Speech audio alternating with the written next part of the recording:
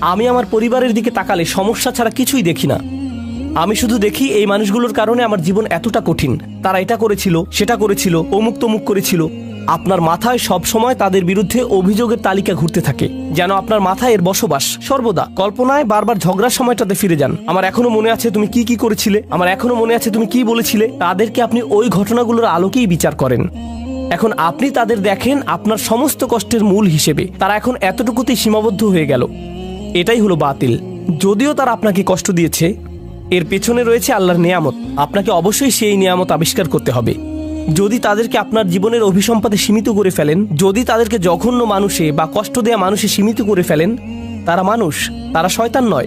কেউই ফেরেশতা নয় এবং কেউই শয়তান নয়। আল্লাহ ফেরেশতা এবং শয়তান সৃষ্টি করেছেন, তারা ভিন্ন ধরনের প্রজাতি। আমরা মানুষ। এর মানে কি জানেন? আমরা কখনো ফেরেশতার মতো ভালো কাজ করি, আবার আমরা কখনো শয়তানের মতো মন্দ কাজ করি। আমরা মানুষ। তাই কারো ভালো কিছু দেখে আপনি কখনো বলতে পারেন না এই মানুষটা শুধু ভালো কাজ করে। একইভাবে কারো মন্দ কিছু দেখে আপনি বলতে পারেন না এই মানুষটা শুধু মন্দ কাজ করে। এখন আমরা মানুষকে সীমিত করে ফেলি, বিশেষ করে আমাদের পরিবারে শুধু তাদের ভুল ত্রুটিতে সংকুচিত করে ফেলি, আর শুধু ওই ভুলগুলো দিয়ে তাদের বিচার করি। তখন আমরা একটি মিথ্যা বাতিল ভাবমূর্তি তৈরি করি তাদের সম্পর্কে। এর মাধ্যমে আমরা আসলে আল্লাহর একটা নিয়ামতকে অস্বীকার করছি। আপনি তাদের মাঝে ভালোটা লক্ষ্য করছেন না। কৃত ভুলগুলো কাটিয়ে উঠে ভালো হওয়ার সম্ভাবনাটা আপনি লক্ষ্য করছেন না। মানুষের পরিবর্তন সম্ভব।